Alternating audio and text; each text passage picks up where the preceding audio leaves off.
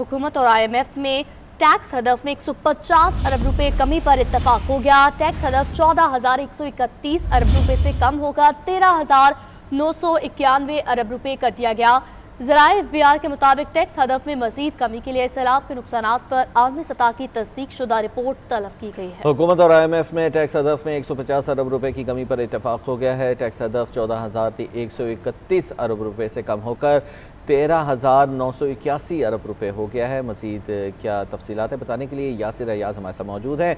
यासिर अयाज बताइएगा, टैक्स अहदाफ चूँकि हासिल करने में काफ़ी मुश्किलात पेश आ रही थी, अब कमी पर मना लिया गया है।